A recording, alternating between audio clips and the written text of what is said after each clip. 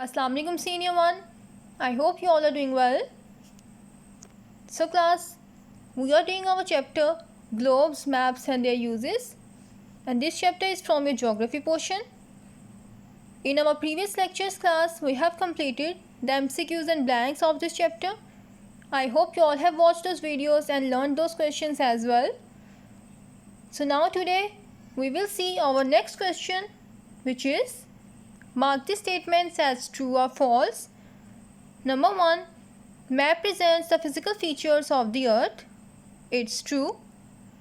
As we all know class, map is a drawing of the earth which basically tell us the physical features, the location, the distance, the direction of a particular place in this world. So this statement is true. Number 2.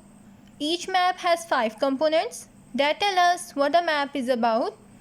It's false because there are only 3 components. And what are those? Number 1, symbols. Number 2, compass rose. And number 3, scale. These are the 3 components on a map. Symbols are the pictures which represent something in this real world.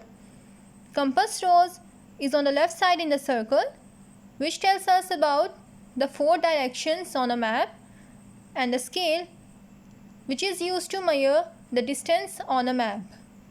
So class, there are only 3 components of our map.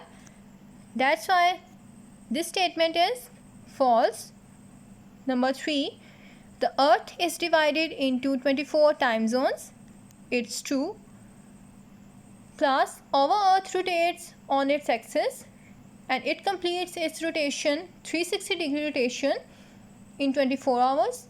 That's why different parts of our planet Earth experience day, evening and night at a specific time. So our scientists divides our Earth into 24 time zones so that we come to know the exact time of that place on the base of its rotation with respect to Sun.